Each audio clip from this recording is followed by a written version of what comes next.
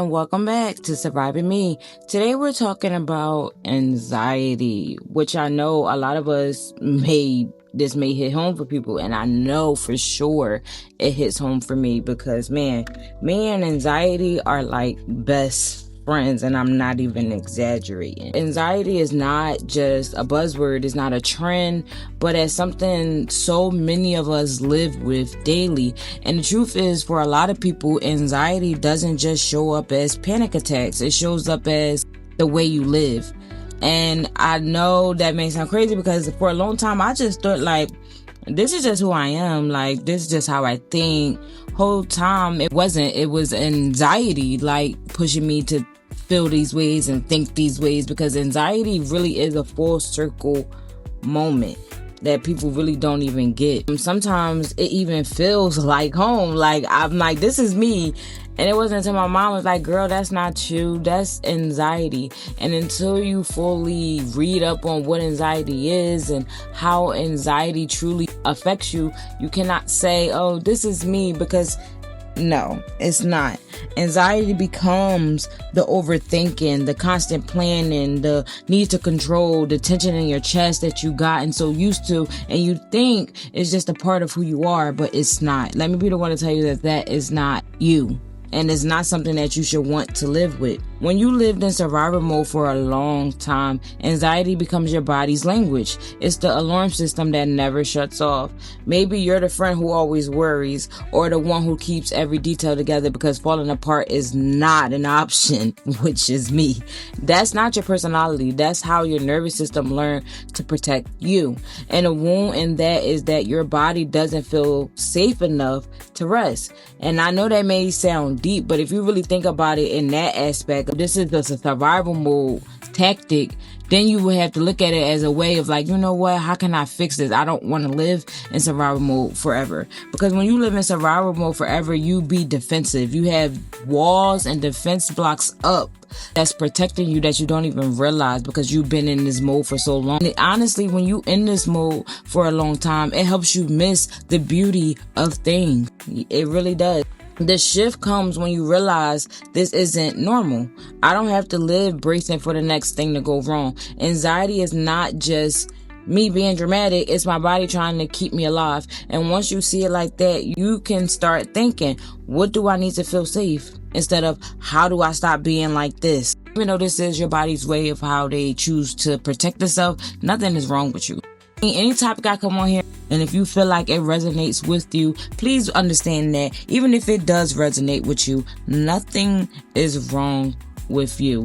You got your shit just like everybody else, but nothing is wrong with you. So anxiety work isn't about never being anxious again. It's about building small practices that remind your body you're safe. Maybe that's breathing when your chest tightens. So for me and how I've been tackling anxiety, and please but understand that just because you found the tools to tackle it doesn't mean that it just go away. Like you'll never have it again. That's not true. Because even though I found the tools on how to, tackle it and keep it at bay, it's still very much within me. You just got to learn how to control it and not let it control you.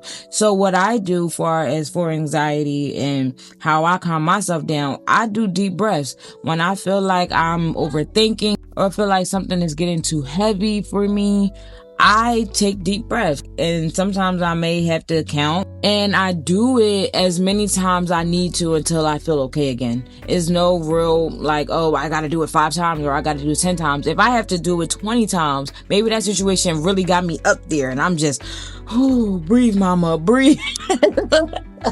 I'm laughing, but no, for real, that's really what I do, and it helps. Calms me down. My panic goes back down to a normal level. I start to be like, okay, Day, how can I handle this in a realistic situation instead of a out of control, like, oh my God, what is happening type situation? It's just that you just have to think of it in a better way of dealing with it. And it helps you. It helps you. It helps your mental. It helps your psyche, all of that. Or maybe it's journaling. Y'all know I'm a big advocate for journaling because I think people like to look at journaling like, oh, I don't be doing that, until you actually do it, and it may make you feel ways that you never even thought you could feel. Journaling is just, all journaling is literally writing down your thoughts to get it out your head. Because sometimes a situation could be so just like, oh God, it just won't leave you alone. And you want to talk about it, or you feel like you have to get out all the things that you want to say to this person, to this situation, or whatever the case may be, but you don't feel comfortable enough to say it to anybody else.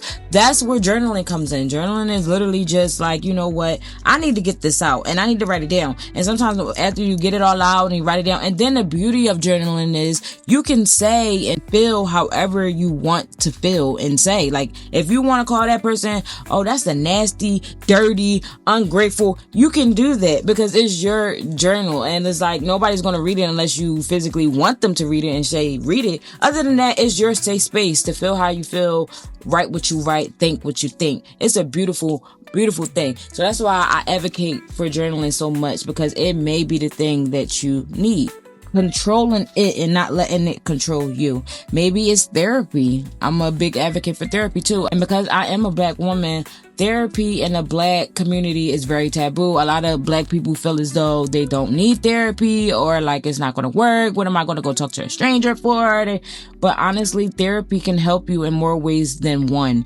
Same as journaling. Therapy is just another place where you can have somebody that's unbiased. They don't know you. So like, they're not saying anything that's because they trying to make you feel, or they trying to have you think like, oh, this is going to work. They're literally just giving. All therapy is help bring things to the surface. And a lot of the times in therapy, you be answering your own questions. And I know that's why a lot of people tend to look at it like, oh, this is not going to help.